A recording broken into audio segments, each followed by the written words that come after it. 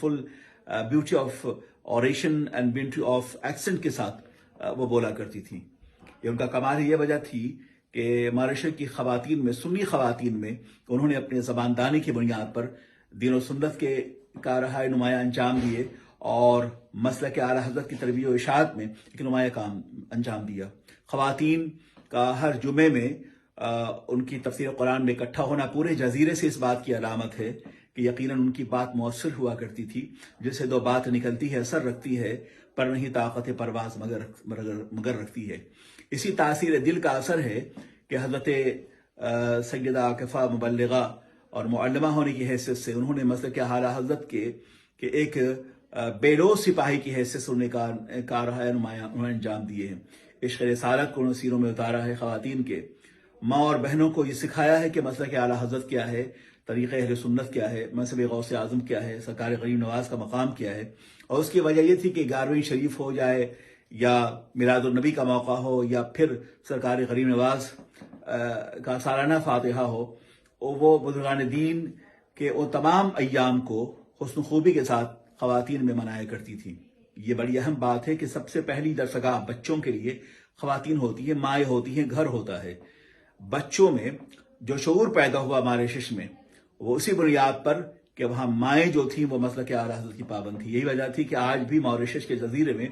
دیابنا نے بے شمار مبلغہ سعودی عرب سے اور دوسرے جزائر سے بھیجے پاس پڑوس کے، لیکن یہ مبلغہ اور معلمہ بیگم ایوب صاحبہ مرحومہ کی محنتیں تھیں کہ انہوں نے باضابطہ گھروں میں خواتین کے دلوں میں محبت رسول، عشق رسالت، سرکار غوث اعظم کے مناصب کے تحفظ اور اعلیٰ حضرت کے مسلک کو اس درجہ اتارا اس محنت کے ساتھ کہ آج گھر گھر جو بھی بچہ ہے وہاں وہ اعلیٰ حضرت کا فدائی ہے، گدائی ہے اور مسلک امام کو ماننے والا ہے. اس کی بنیادی وجہ یہ ہے کہ ماں کا گود بچوں کے لیے سب سے پہلی نرسری ہوتی ہے. تو جس نرسری میں اور جس اسکول میں غوث اعظم کی تعلیمات، امام احمد رضا کے مسلک کا اثر اور محبت رسولی کار فرما ہوگی، وہاں کوئی بدعقیدہ کامیاب نہیں ہو سکتا.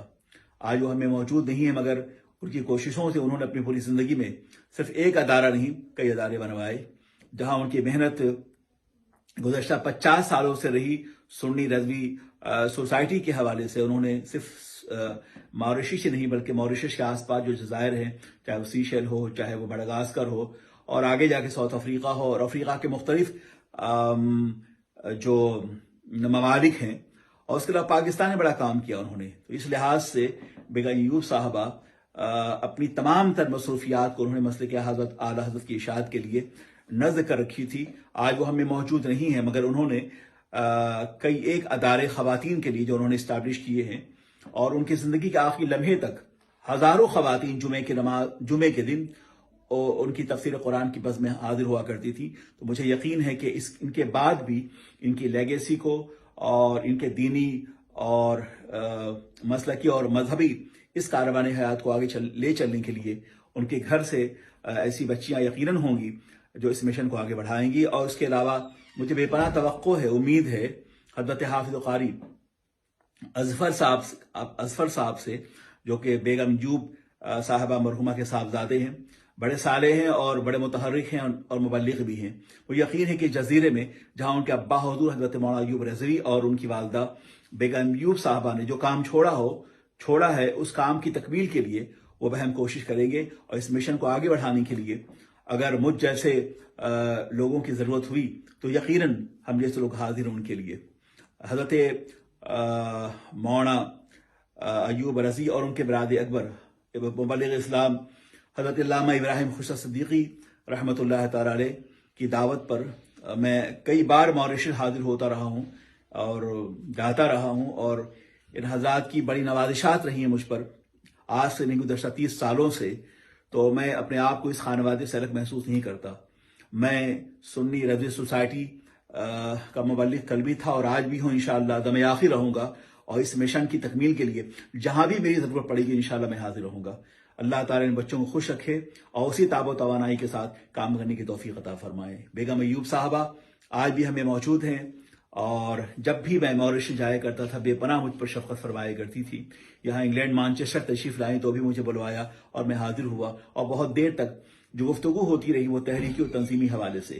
تو میں سمجھتا ہوں کہ مردوں میں تو بڑا کام ہوا ہے, خواتین میں کام کرنے کا جو مزاج بیگم ایوب صاحبہ نے قائم کیا ہے اسے قائم رہنا چاہیے, اور اس کے بعد ان کے بچے انشاءاللہ اس مشن کو آگے بڑھائیں گے, اور یہ کاروان حیات قیامت کی صبح تک رواں دواں رہے گا. بیگم ایوب صاحبہ ہوں, حضرت